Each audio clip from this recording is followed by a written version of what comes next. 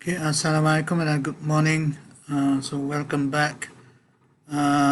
So today we're going to be a bit of a rush because we are behind the other class. So so I hope you have more or less discussed a little bit on when to precisely replace the missed lectures. So we need to replace them and then probably catch up with the other class. Okay, so one of the things that we have discussed with the other class was when will be your second test. Okay, your second test will be on week 10. Okay, on the Monday. Okay, so in other words, what we're going to do is probably we'll have a one set of assignment just to help you prepare for the second test, probably end of this week. Okay, so let me start with the notes.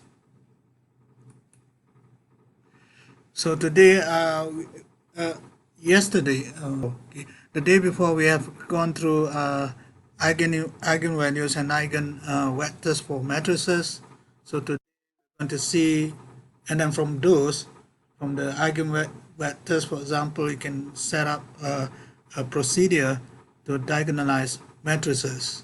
Okay, one of the things that we see there, if we have real matrices, we need symmetric matrix, and then for we need Hermitian matrix.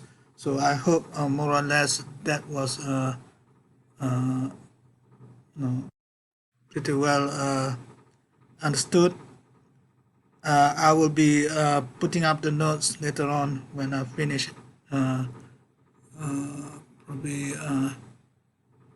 in the later half of today, I think. That's all. Okay, so today we're going to look at application of diagonalization, and you can see how important this is. So we have, it doesn't quite correspond to the way Boas presented it. So some of the things that I'm mentioning in this lecture was actually before the section on applications. So one of the things that I thought that should be in the application is essentially looking at rotation axis and reflection planes. That was for the application section. Okay, so let's consider a rotation matrix. So here is, so one can actually verify that this is actually a rotation matrix. Okay, so recall what rotation matrix needs to behave like. Rotation matrix will have your, say this is rotation matrix,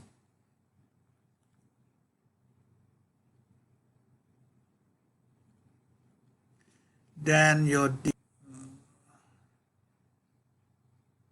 some delay there, determinant has to be equals to 1, and then of course the property that makes our rotation matrix is that it has to be orthogonal. So you obey this identity. Okay, transpose of the rotation matrix multiply the rotation matrix. So here we have actually checked that your determinant of this particular matrix is 1. So it doesn't quite appear as, no, you remember we had rotation matrix looks like this before, cos theta, sine theta, cos theta, and then 0, 0. So this is, this would be a rotation matrix about the z-axis. As you can see that over here, your z component will not change. Okay, so for this one is a bit, no, it doesn't look like this standard form. So you probably need to find out, okay, what would be the rotation axis in this particular case. Okay, so so that is the thing that we wanted to do. So the rotation axis over here will be defined by some vector r. Okay, so this will now be the rotation axis.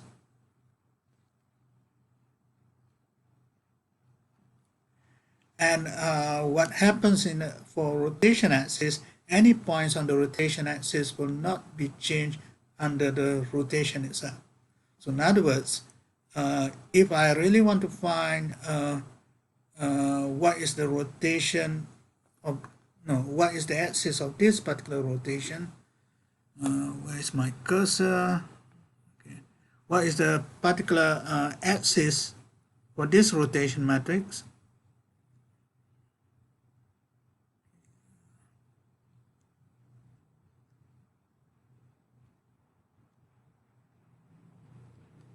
Because it's not in the standard form. So we have to actually solve this equation where given that r equals rotation axis, then the rotation matrix acting on the rotation axis would not change the rotation axis. Okay, but this is really what equation is this? This is essentially your eigenequation with eigenvalue 1. Okay, so okay, that looks fine. So one could then try to really one should be if one really needs to be more what I call systematic, then one should find the eigenvalues of this. Okay, but one of the things, okay, I'm using some what you call some things that I already know, okay, sort of way in advance before teaching it, is that your determinant of matrix M is always the product of the eigenvalues. Okay. So this goes to 1 to n. So it just give you that value for the determinant of that matrix M. Okay. So in this particular case, we know the determinant is essentially equals to 1. Then one of the eigenvalues should be 1. Okay. So here is solving this what you call circular equation, or rather it's the eigenvector equation, sorry. So this is your eigenvector equation.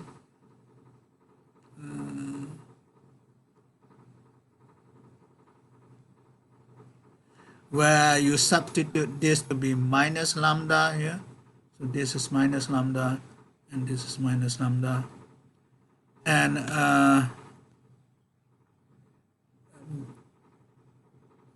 okay, the other thing I forgot, there's a factor of half, so then you can bring all the factors inside. Okay, then you get all these factors of, well, fractions rather.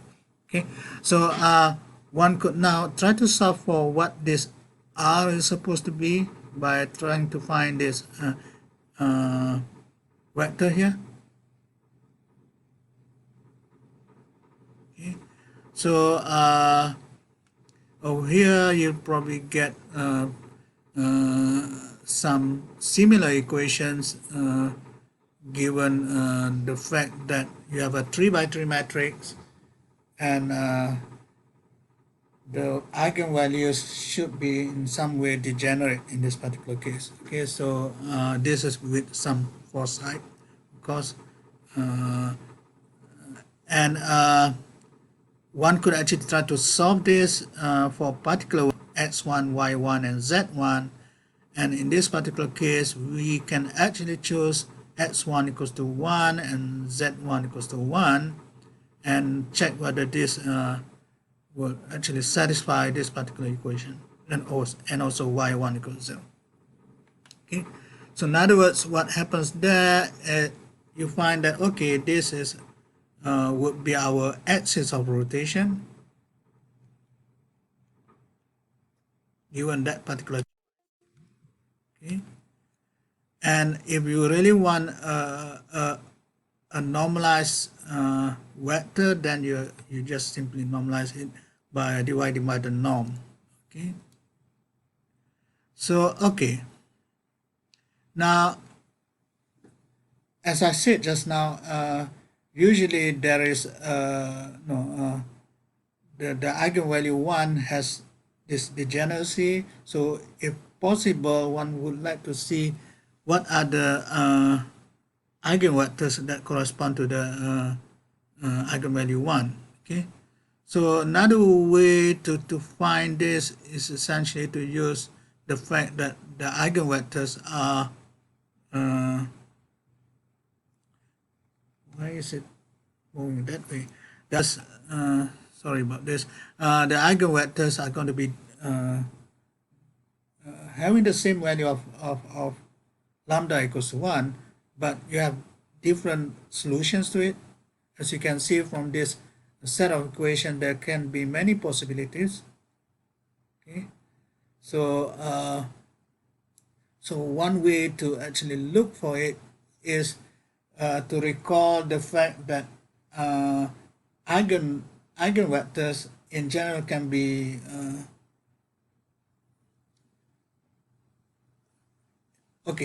eigenvectors corresponding to different eigenvalues should be orthogonal. Okay, but for eigenvalues which are degenerate, one can also find, given that you found one solution for the eigenvector, you can find another solution of the eigenvector by taking a perpendicular what you call vector to it. Okay, so in other words, what we need to find, okay, is essentially to look for a vector v in such a way that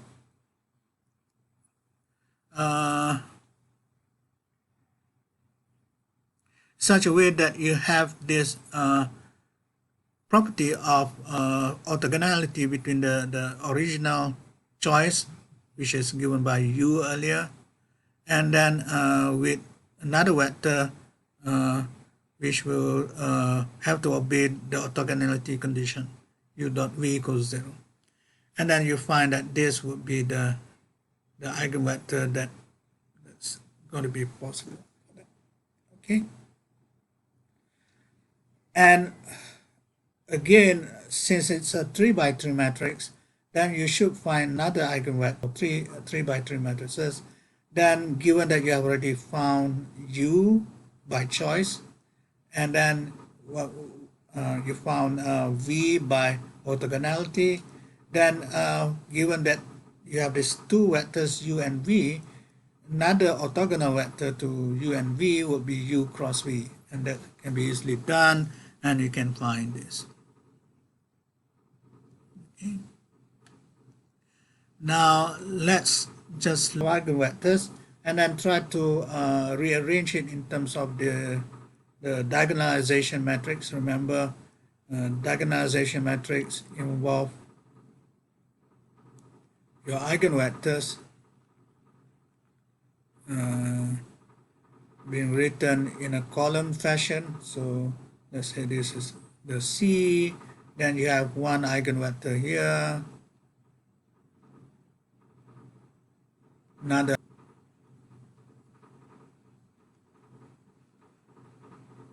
and for the 3 by 3 case, then it should be another eigenvector here. Okay.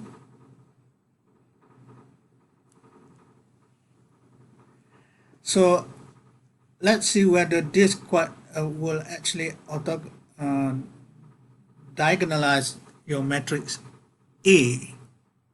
So you try to use the similarity transformation given here.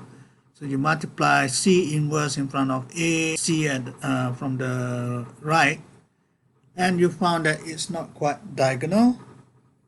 Okay. This is because the fact that you have this degeneracy involved, and one could really make it diagonal if one rearrange the eigenvectors. Okay, so here the arrangement has, probably you need to swap this vector here with this vector here. Okay, so or that should have been done here. For example, if I want to swap this and that, then I should swap this vector with that vector. Okay, try to do this. Okay, try to rearrange the columns of C. I've not tried this, okay, but no, I expect it to be so. Rearrange the columns of C and then get the new C, okay, the new C, and find out what C minus AC is, okay. And hopefully, if you do it right, then you can actually get back to the diagonal matrix. Okay. Now, okay, why was this done in this way? Okay, probably this form is probably much better in a way, because here we have just like your matrix cos theta minus sine theta, cos theta, okay, and then 1. So over here in the new rotated system, your new z-axis will not change, and then you have this rotation in a plane, this cos theta and sine theta here. So you can see that this cos theta here will have to be equal to 0, and sine theta here will have to be equal to 1. Okay, and that corresponds to a rotation of 2 pi over 3 about about the axis given earlier.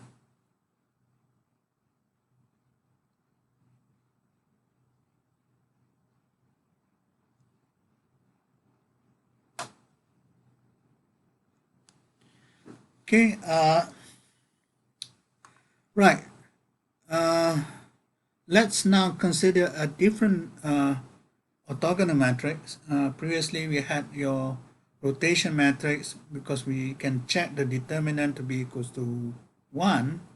Let's consider the general case of orthogonal matrix can include reflections.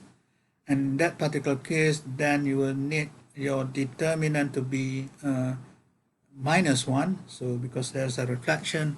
So one can again ask the question, what would be the reflection plane? Okay. In the earlier case, you remember reflection are having this kind of thing, 1, 1, minus 1 or something, I can't remember now. Okay,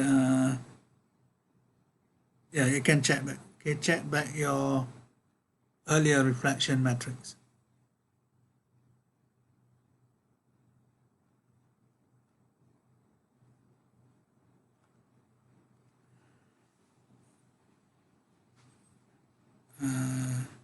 Yeah, I think this is a reflection matrix about a plane rather than unlike because it's 3 dimensions. Okay, so over here is not in that particular form. So the question is, what would be the reflection plane? Okay, so the reflection plane can be solved by again using an eigenvalue equation for which your position vector gets reflected. Okay, so here again it's an eigenvalue equation with eigenvalues lambda equals to minus 1. So what we need is to be able to solve this. So again, here is the eigenvalue equation here. So here is minus 1, okay, that gives you plus 1, plus 1, plus 1, and the rest comes from that matrix then. And then you try to solve this particular equation over here. Again, there should be degeneracy. So one can try to choose a particular value of x and y and z so that it obeys the equation. So here is a given choice. Okay, your x and z equals to 1 and your y equals to minus 1. and that should solve these equations. So once you do that, then you find that, okay, the eigenvector is essentially 1 minus 1, 1. That is actually giving you this vector here, I minus j plus k, and that precisely gives you the reflection about, okay? And again, from before, one can, this is not normalized, one can normalize it. And once you have a normalized vector, one could again find other eigenvectors. Okay, over here, I've not done this. Okay, this is left an exercise. So you find eigenvectors which are orthogonal to this. So you can use the same technique like in the case of the rotation. And finally, you can put these eigenvectors in terms of a matrix here. So this would be your diagonalization matrix. And again, what happens over here, you want to be what you call diagonalized. In particular, this is even worse because there's no way that you can actually make this into a diagonal, okay, at least with the given matrix, okay. Even if you swap around this eigenvectors, you will not get this to be diagonalized. But in any way, it block diagonalized the matrix. Okay? It block diagonalized the matrix, and you can see the fact that there is this minus 1 here, so there is just like the reflection matrix that we had before. Okay, this matrix over here. So then what happens there is a combination of rotation with the reflection about the xy plane, okay, because you have minus 1 over here. And then what is the rotation? The rotation, you can actually look at this block, which has this property of cos theta sine theta minus sine theta cos theta, and you can find that this is actually a rotation about 2 pi over 3 about that vector, and then you do a reflection.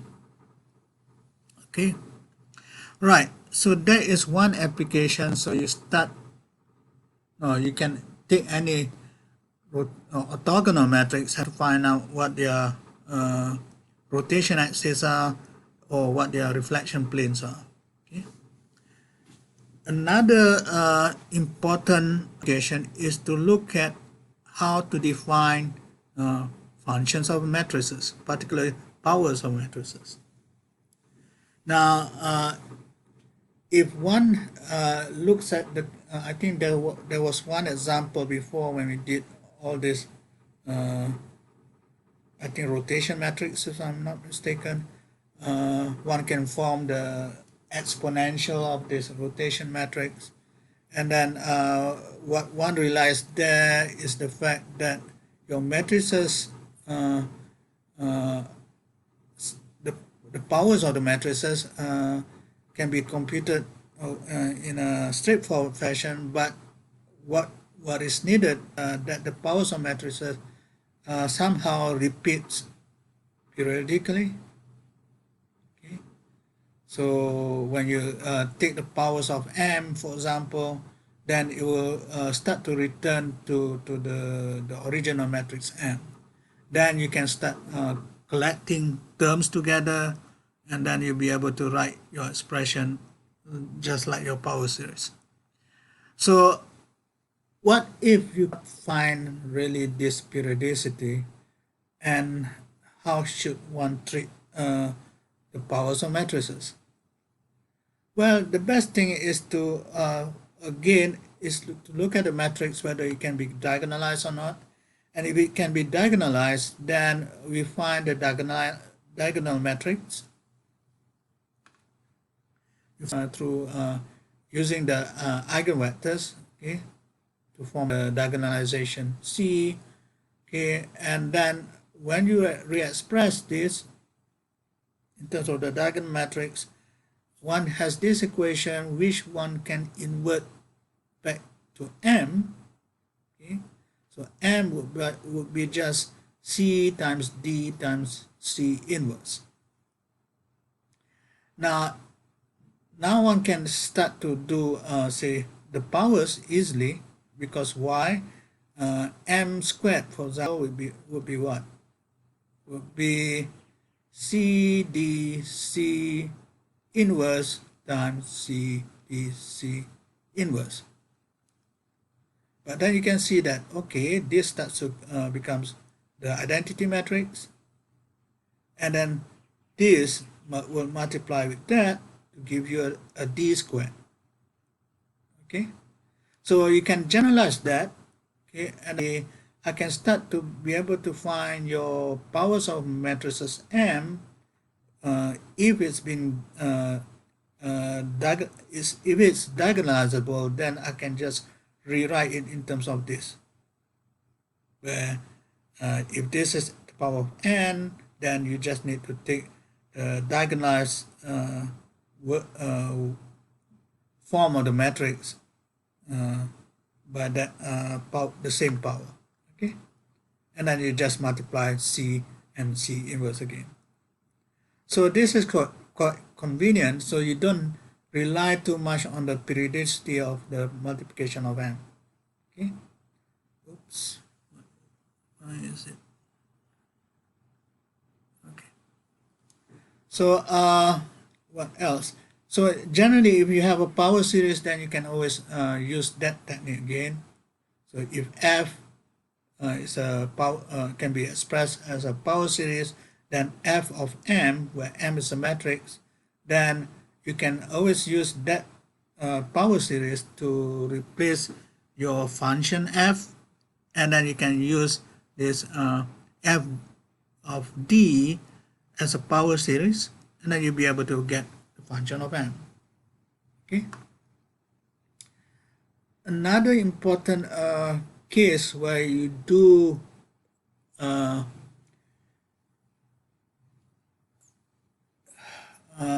well, you actually do the function of m is the exponential, as we have seen before. So here is an exponential of a matrix m, okay, in terms of power series, and I can now start to replace your powers of m over here by that. Then I'll be able to actually write the power series in terms of the C and C inverse. So in this particular case, I leave you to as an exercise that one can express your exponential of m by this expression of C times exponential of D, where D is the diagonalized matrix of m times C inverse. Okay, because it just follows from the power series. So now one could ask, what would be the determinant of this exponential of m? Well, you can just simply use this expression. Okay, so you'll be determinant of C exponential D times C inverse, and then since determinant of product matrices will be given by the product of the determinant of the individual matrices, so it's given by determinant of C times determinant of exponential D and determinant of C inverse. Okay, and determinant of C inverse will be the same as determinant of C inverse. Okay, whatever that number is, you just take the reciprocal, and that will give you the determinant of C inverse. And if that happens, then this multiplies with that will give you 1, and you're left with try to finding the determinant of exponential D. But what is D? D will be in this particular form: lambda 1, lambda 2, dot dot dot, lambda n. Okay, and the rest are all zeros there. So you take the determinant of D will be just your product, lambda 1, lambda 2, dot, lambda n.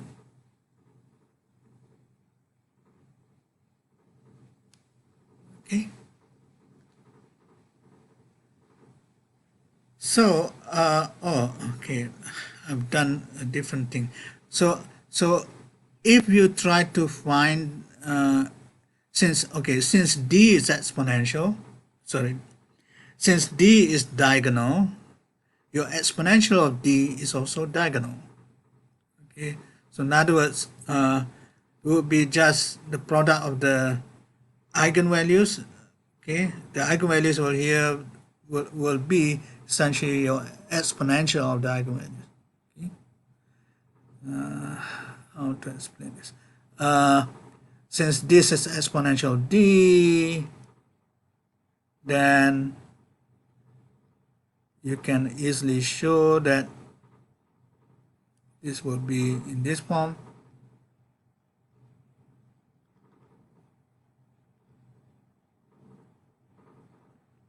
What do I use? N, okay.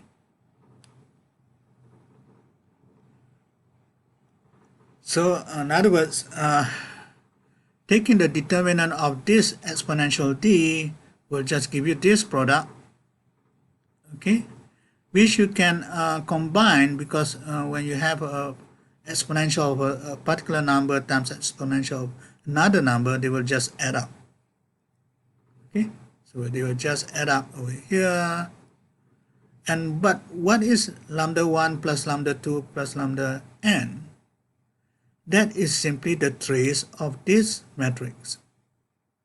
So in other words, we have now established a new identity where the determinant of exponential m equals to the exponential of the trace of the diagonal matrix. And the trace of the diagonal matrix, if you look what the diagonal matrix is just C inverse times m times C, and you take the trace of this, and you remember that the trace is cyclic, so I can bring this onto the back. Okay, so you get this expression of MC C inverse, but C inverse is just the identity. So then you get your trace of D is just simply equal to the trace of M, and that gives you the final identity for this matrix M, provided that you can actually diagonalize them. So that was another kind of application of diagonalization procedure. You get certain properties of your diagonalizable matrix M. Okay. Right. There's at least another two applications I want to go through here. One is the idea of a conic section. In those days, I think you learn this in Form 6 at least, or matriculation, but I'm not sure today. But I hope you know what conic section is. Okay, so really can look it up. So conic section, this is a cone, and if you cut it in a certain way, then you get an ellipse. Okay, and cut it I think somewhere over here, for example, then you get a parabola, and then you get another one will be the hyperbola. So essentially conic sections give you all these ellipses, parabola is just a special case of the hyperbola. And generally they have this kind of equations. Okay. So you have a quadratic equation of x and variable x and y to be equal to some particular constant over here.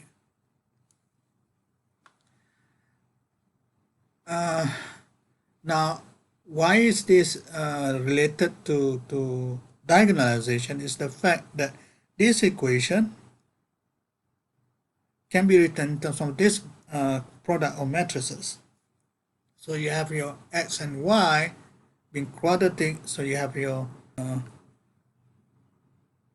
essentially here is your row matrix of x and y, and then your column matrix of x and y. So when this matrix product are being carried out, then you get your squares of x and y plus some cross term. Okay, so you can well, in this case, okay, I'm treating this as a 2 by 2 matrix. Okay, so then it will be quite easy to show you that this goes back to this particular equation. Okay, so the question now if you look at, why is it moving that way? If you look at this particular matrix M, you know that this is actually a symmetric matrix, and you know you can actually diagonalize it. And the way to do this is to think of, okay, your conic section might be not oriented in the standard way. So what needs to be done is to find probably I think this is going to be x dash, sorry about to do all these corrections.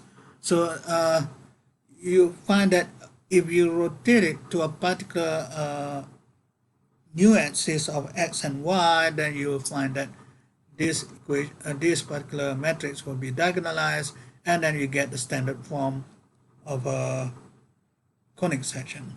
Okay, so let me just jump through here.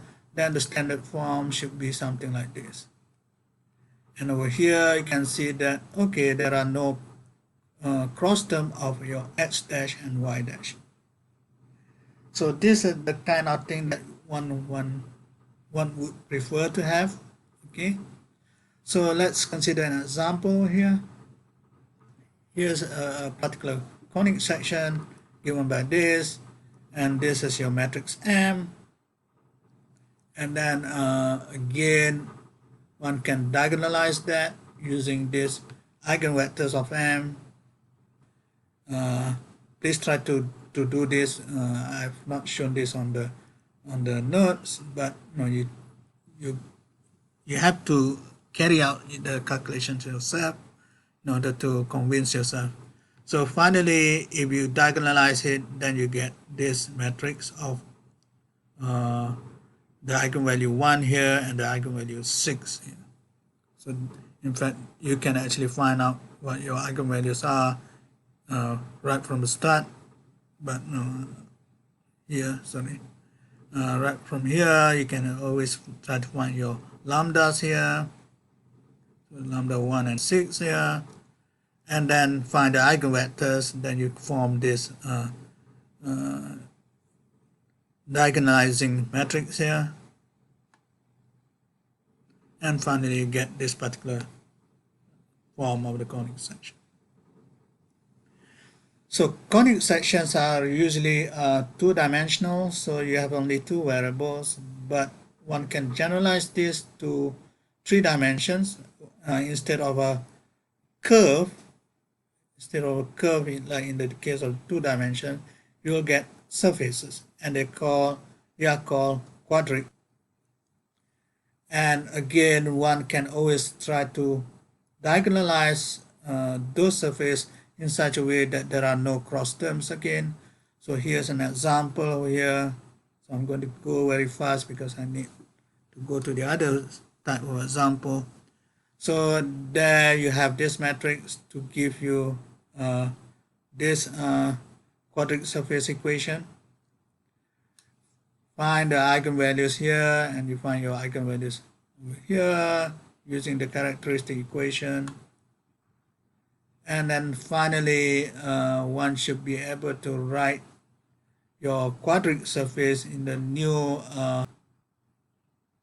coordinates by just the addition of these squares of these variables.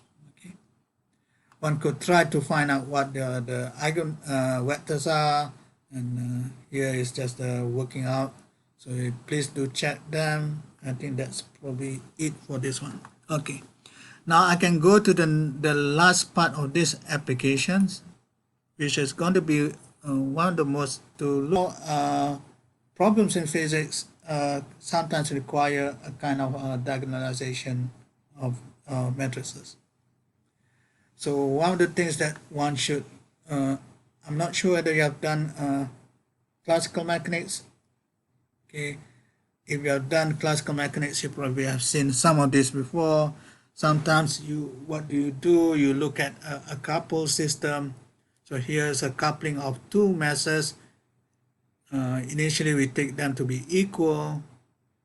Okay, the equal masses is particularly important in this particular case for the diagonalization, but no mind, we will see another example of this. And then they are connected by three springs, and then one should try to solve how would this of masses move. And suppose you displace your mass by a certain amount and displace your mass by a certain amount. Okay, what kind of oscillation will you get? Well, okay, from your high school physics, you know that one can write your individual forces on each of these mass by using the negative of your derivative of your potential, okay, in this way. So usually what we have is something like this. If it's a single mass, then you have minus kx, for example. Okay, so this is just your restoring force.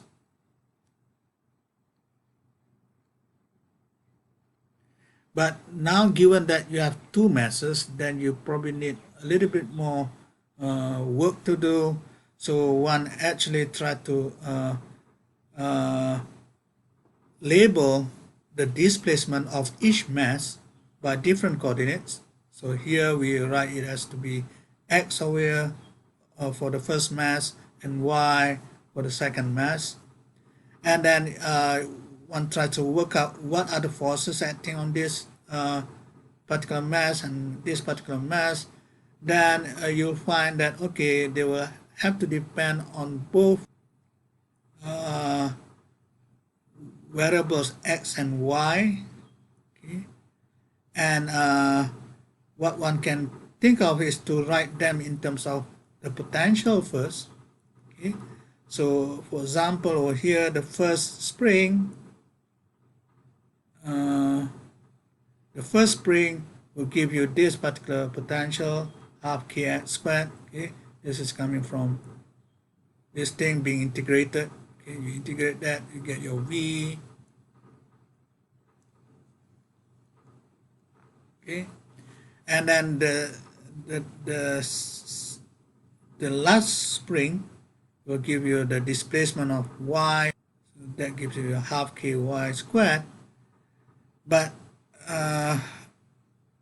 the middle part will give you this cross term in some way.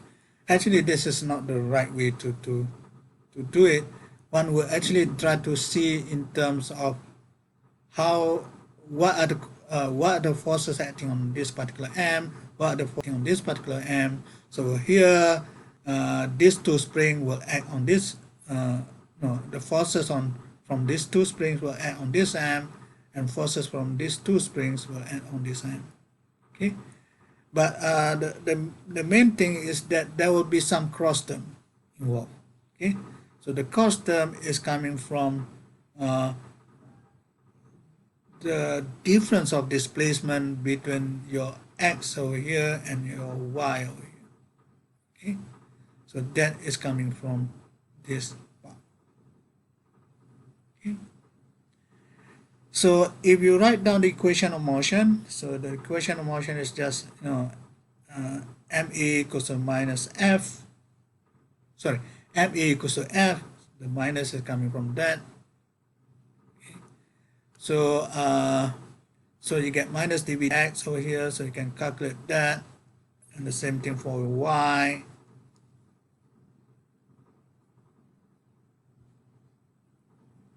And then what one needs is to, okay, now this doesn't quite actually give you a physical feeling how the oscillation is going to be, but one thing that we know as a physical system, this whole spring mesh system, they will have to oscillate in such a way that the, the, the frequency of the oscillation is going to be common.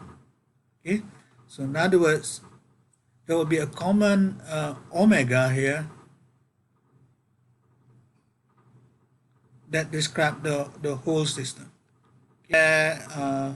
One assumes that, okay, given that your oscillation in this particular form, so this is just sinusoidal. Remember, exponential I omega t is just cos omega t plus I sine omega t, and similarly over here.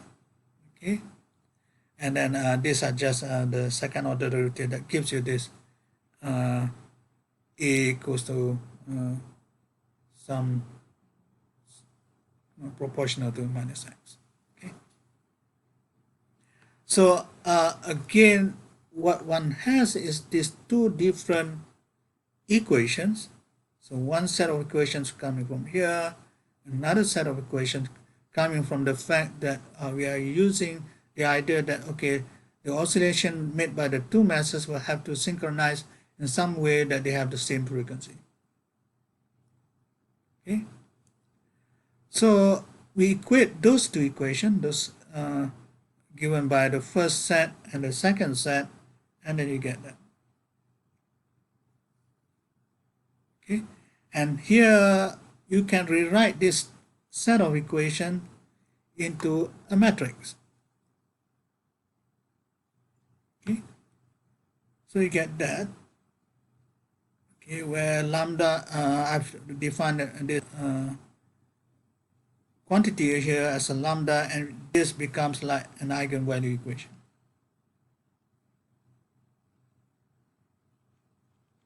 So one can solve for the eigenvalues and you get that eigenvalues. Sorry for speeding up. And then essentially from that eigenvalues lambda 1, lambda 2, you substitute back into here.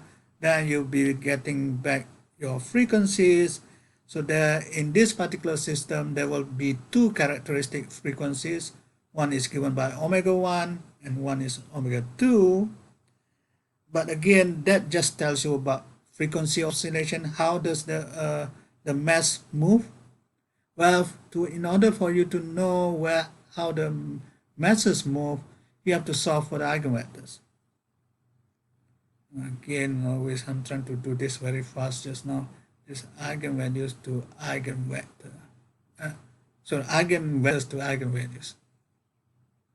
Okay, so for lambda equals to 1, then you will be able to find that your eigenvector will be giving this particular equation, or in this particular form of vector here, r equals to 1, 1, or y equals to x.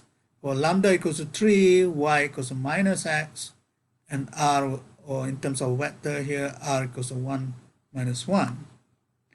Now, what happens here is this will now tell us how the masses move. So here it says the mass, remember going back to that earlier picture here. Okay, so if y equals to x, that means it's going to be following the same direction.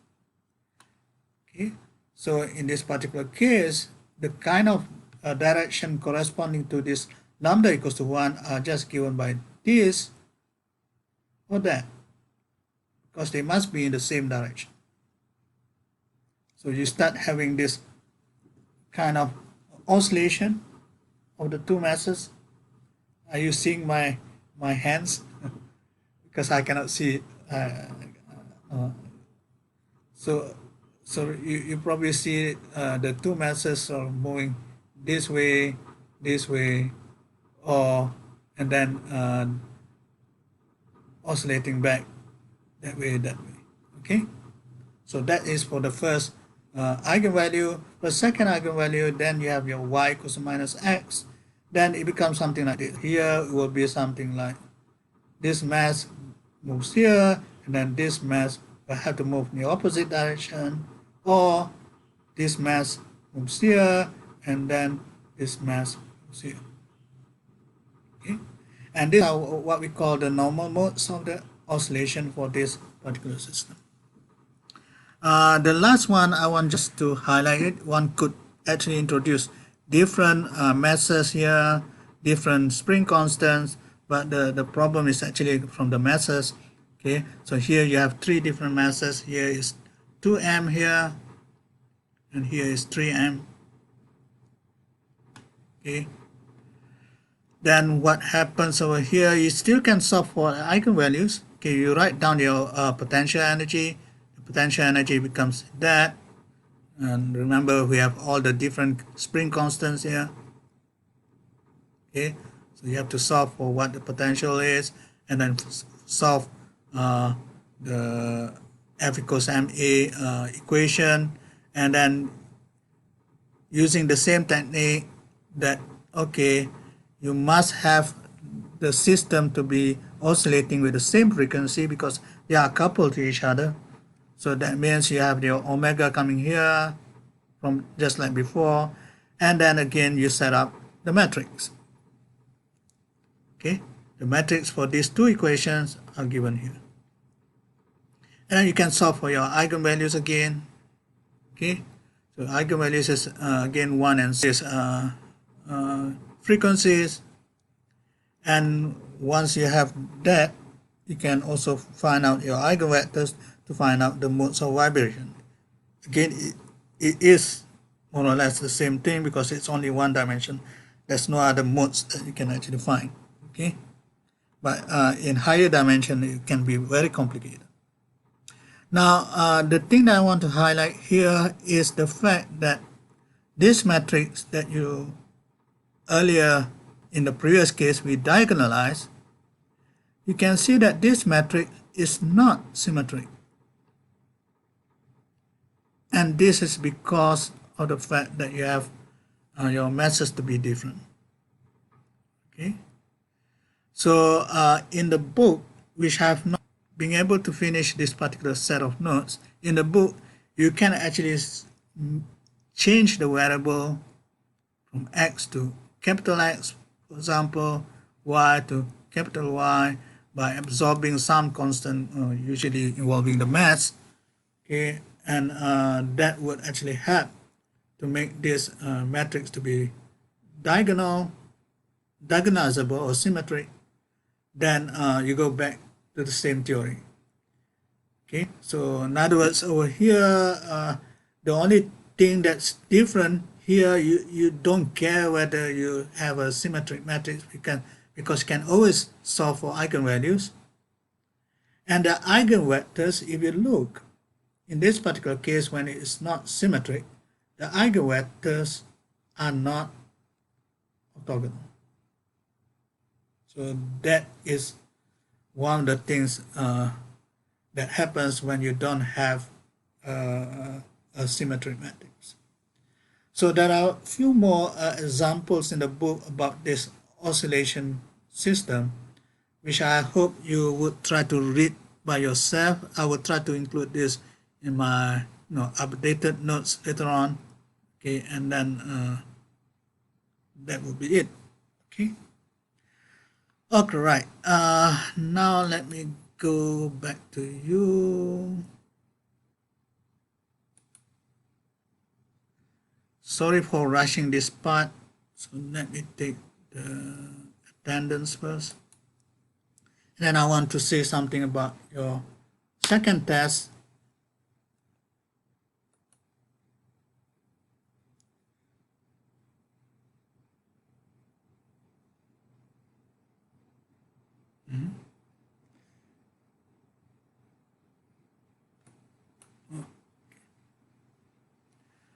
Right, that's done. Okay, so your second test would be this particular chapter 3, the linear algebra. Okay, so that's it. I hope you are able to do your first test. So okay, that's it for me from me for today. Are there any immediate questions, maybe about the test or assignment later on? Any questions? No, doctor. Okay, so that's it for today. Anything about the assignment and also the SCL module, I will inform you through WhatsApp.